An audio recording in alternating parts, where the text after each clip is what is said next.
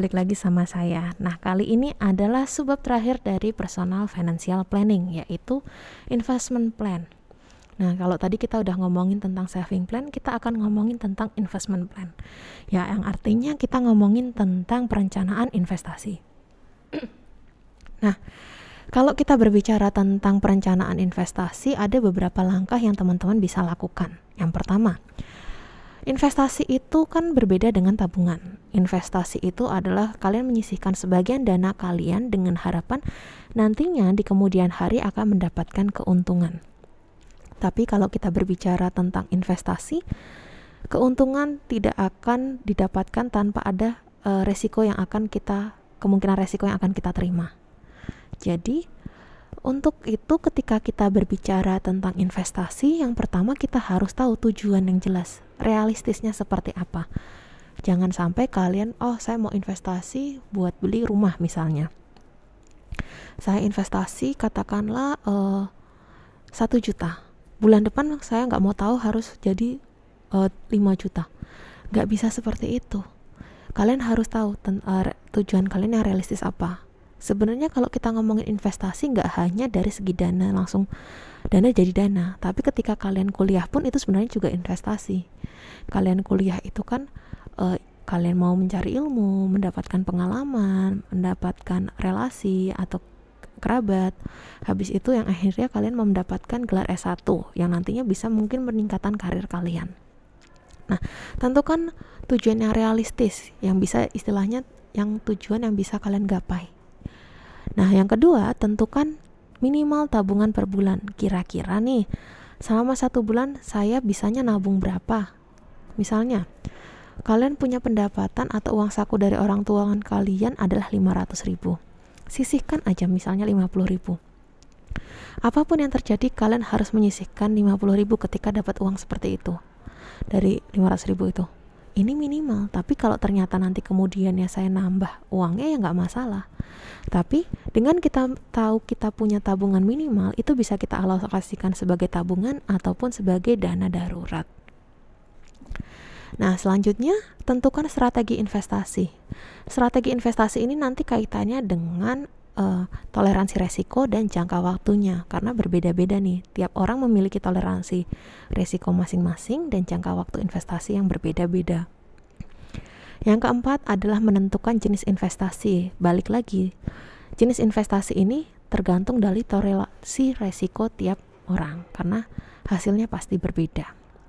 Dan yang terakhir, lakukanlah review perencanaan secara berkala. Kenapa kita harus review? Karena dengan adanya kita review, kita bisa tahu, kemarin kurangnya di sini, kemarin kayaknya nggak segini deh, atau apa sih yang harus kita benahi gitu. Jadi istilahnya ketika buat sebuah perencanaan keuangan, balik lagi itu sebuah perencanaan yang menjadi batasan kita, tapi nantinya akan terus kita lakukan review agar istilahnya menjadi yang paling pas untuk kita seperti apa. Nah, tadi sudah saya katakan bahwa strategi investasi ada 2. Kita ngomongin toleransi sama jangka waktu. Tapi sebelum kita ngomongin toleransi, kalau teman-teman pengen coba tahu kira-kira toleransi resiko teman-teman itu ada di kisaran mana, teman-teman bisa buka link ini bit.ly/ff toleransi resiko. Nah, di sini nanti teman-teman akan ada sebuah survei. Di situ tidak ada jawaban yang benar dan salah, ada 10 pertanyaan yang melihat kira-kira toleransi resiko teman-teman itu ada di bagian mana. Nah, nantinya skornya itu jangan yang dilihat prosentasenya, tapi yang per 36 berapa. Nah, di sini skornya akan dibagi menjadi 3 dengan range masing-masing, 10-18 itu rendah, 19-27 menengah, dan 28-36 itu tinggi. Nah, ini artinya apa? Di sini ada artinya. Sebelum kita ngomongin artinya, kita bedah dulu tentang apa itu toleransi risiko. Nah, toleransi risiko itu sebuah indikator melihat bagaimana kalian ketika dihadapkan dengan ketidakpastian itu seperti apa. Kejadian-kejadian yang mungkin bisa membuat kalian cemas, bisa. Karena kaitannya ini adalah risiko yang mungkin akan kalian hadapi. Simpelnya gini, ketika kalian dihadapkan dengan saya bisa, kalau ada 2 opsi, mau milih yang jelek banget, mendapatkan sesuatu yang jelas atau mendapatkan sesuatu yang lebih bagus tapi ada kemungkinan tidak bagus. Nah, disinilah. Jadi kayak toleransi resiko ini melihat bagaimana kalian mendapat, gampangnya kayak undian deh. Kan ada yang maju terus pantang mundur, ada yang nggak berani gitu. Nah, toleransi resiko itu konsepnya gitu. Kalau di sini ada 3 tadi seperti saya katakan, rendah, menengah, dan tinggi. Di mana namanya kalau rendah dinamakan dengan konservatif, menengah dinamakan dengan moderat, dan tinggi dinamakan dengan agresif. Yang tiap orang ini pasti memiliki toleransi resiko yang masing-masing. Nah, bedanya apa? Kalau kita berbicara tentang toleransi resiko, di sini si konservatif adalah mereka yang istilahnya deg-degan, gampang deg-degan, gampang takut, nggak berani maju terlalu jauh. Jadi misalnya gini, kalian invest nih 1 juta, invest 1 juta, ternyata di bulan ini kalian untung nih sampai 2-3%, tapi ternyata bulan depan justru mengalami kerugian sampai 10%. Nah, si konservatif ini mereka udah deg-degan duluan. Wah, kok ruginya banyak banget ya, nggak sebanding dengan keuntungan yang saya dapatkan di bulan kemarin. Nah, si konservatif akan berpikir, daripada saya mendapatkan kerugian makin banyak, lebih baik tak lepas aja deh investasi saya. Jadi dia akan berpikir, saya nggak kuat nih kalau harus istilahnya dihadapkan dengan ketidakpastian. Karena kalau kita ngomongin investasi itu pasti ada ketidakpastian juga, resiko-resiko yang akan kita tanggung. Nah, daripada saya ngerasain ini deg-degan terus dengan ini udah loss atau udah kehilangan 10%, udahlah lebih baik saya kehilangan 10% daripada kehilangan lebih banyak. Itulah si konservatif.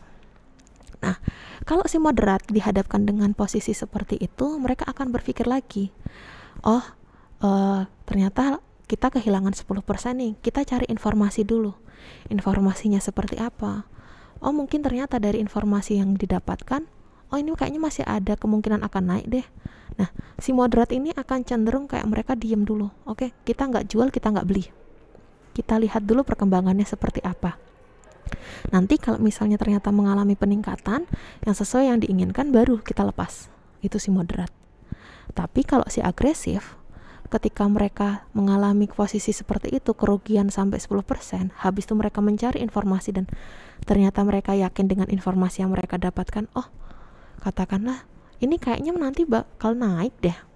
Ketika terjadi penurunan tersebut, itu adalah kesempatan atau peluang dari si agresif. Mereka akan memutuskan, oke, tak beli lagi aja deh, beli invest lagi lebih banyak.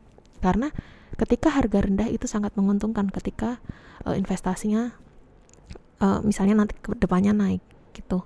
Si agresif akan, oke, ini kesempatan kita buat beli karena harganya lumayan rendah gitu. Jadi itulah bedanya si konservatif, si moderat, dan di agresif.